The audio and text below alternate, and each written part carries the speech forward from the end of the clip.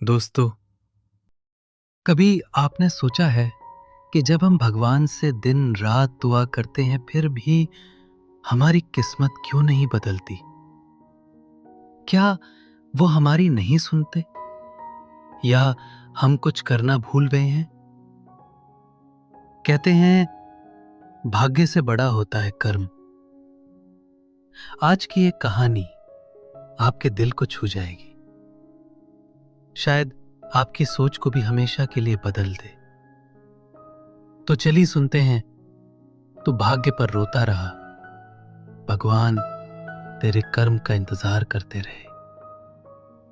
एक ऐसी कहानी जो आपके जीवन की दिशा बदल सकती है। ये कहानी है हरिओम की, एक सीधा सादा नौजवान मध्यम वर्गीय परिवार से। हर दिन संघर्ष से भरी जिंदगी, पैसों की तंगी, अवसरों की कमी। लेकिन उसकी एक आदत थी, हर परेशानी का दोष वो भगवान और अपनी किस्मत को देता। जब भी कुछ बुरा होता वो कहता, भगवान मेरी सुनते ही नहीं, मेरी किस्मत खराब है। एक दिन थक हार कर वो मंदिर गया। भीतर गुस्सा और आंखों में आंसू थे। उसने मूर्ति के सामने खड़े होकर चिल्लाकर कहा, हे भगवान, आखिर मेरी किस्मत कब बदलेगी? मैं कब तक यूं ही तड़पता रहूंगा? मंदिर शांत था, लेकिन हरिओम के मन में तूफान था। तभी वहां एक वृद्ध साधु आए।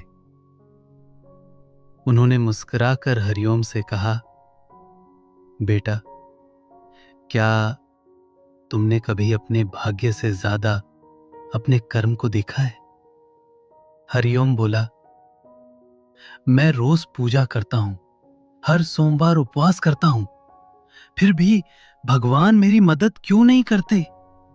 साधु मुस्कुराए, प्रार्थना अच्छी बात है बेटा, लेकिन भगवान तब तक कुछ नहीं करते जब तक इंसान खुद कुछ नहीं करता।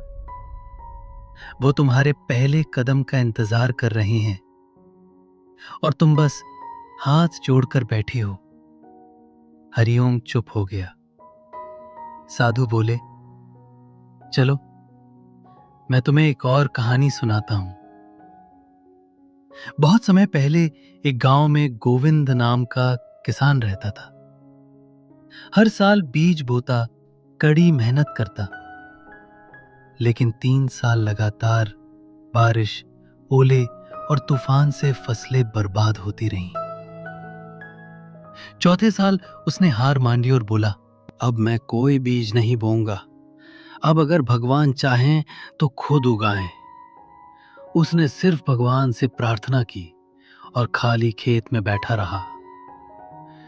इस बार मौसम अच्छा था, गांव भर की फसलें लहलहाने लगी, लेकिन गोविंद का खेत खाली पड़ा रहा। जब गांव वालों ने पूछा, तुमने बीज क्यों नहीं बोए? तो उसने जवाब दिया, भगवान ने मेरी नहीं सुनी, अब वही मेरी किस्मत तय करेंगे। गांव के बुजुर्ग बोले, बेटा, भगवान बारिश कर सकते हैं, सूरज दे सकते हैं, जमीन उपजाऊ बना सकते हैं, लेकिन बीज तो तुम्हें ही बोना होगा। साधु बोले, हरिओम, भगवान हर किसी की मदद करते हैं, लेकिन तब जब हम खुद को उठाने की कोशिश करें। भगवान तुम्हारी मदद करना चाहते हैं, लेकिन वो तुम्हारे पहले कदम का इंतजार कर रहे हैं। हरिओम की आंखों में आंसू थे। उसे पहली बार समझ आया कि प्रार्थना के साथ परिश्रम भी जरूरी है।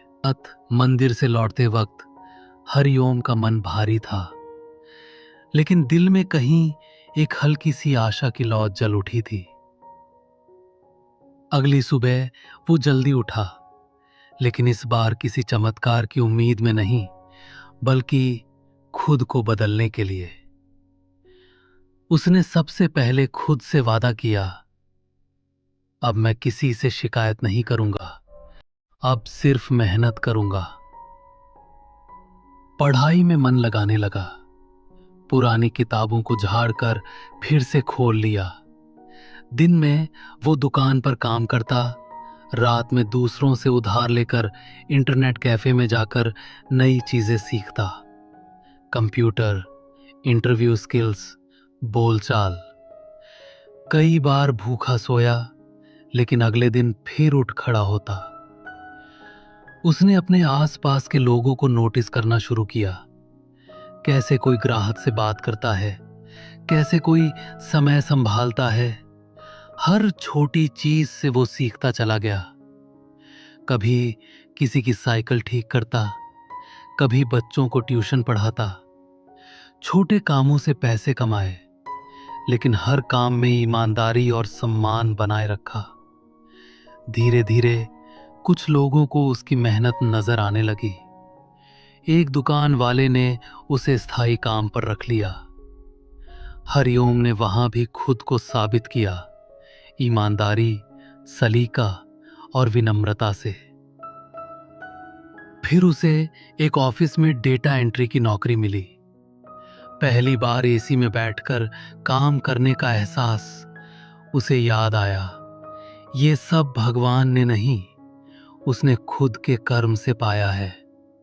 वक्त लगा, लेकिन एक एक सीढ़ी चढ़कर हरिओम ने अपनी जिंदगी को संवारा नहीं, बदला। आज जब वो पीछे देखता है तो उसे हर संघर्ष, हर आंसू, हर भूख की रात एक सीढ़ी की तरह लगती है जो उसे ऊंचाई तक पहुंचा गई। एक दिन वो उसी मंदिर लौटा जहां वो कभी भगवान से लड़ने आया था। अब उसकी आंखों में शिकायत नहीं, आभार था। वो धीरे से बोला, भगवान शुक्रिया, आपने तब तक मेरा इंतजार किया जब तक मैंने खुद को उठाया नहीं। तो दोस्तों, अगर आपको भी लगता है कि आपकी किस्मत साथ नहीं दे रही तो एक बार खुद से ये सवाल जरूर पूछिए, क्या मैंने अपने कर्म किए हैं? क्या मैंने बीज बोए हैं? याद रखिए, भगवान मदद जरूर करते हैं, लेकिन शुरुआत हमें ही करनी होती है। अगर आपको ये कहानी पसंद आई हो तो इस वीडियो को लाइक करें, कमेंट में जरूर लिखें, अब मैं अपने कर्म पर विश्वास करूंगा। और चैनल सुनो सोचो और बदलो यूट्यूब को सब्सक्राइब करना ना भूलें, क्योंकि यहाँ मिलती हैं वो कहानियां जो दिल छूती हैं और सोच बदल देती हैं। मिलते हैं अगली प्रेरणादायक कहानी में।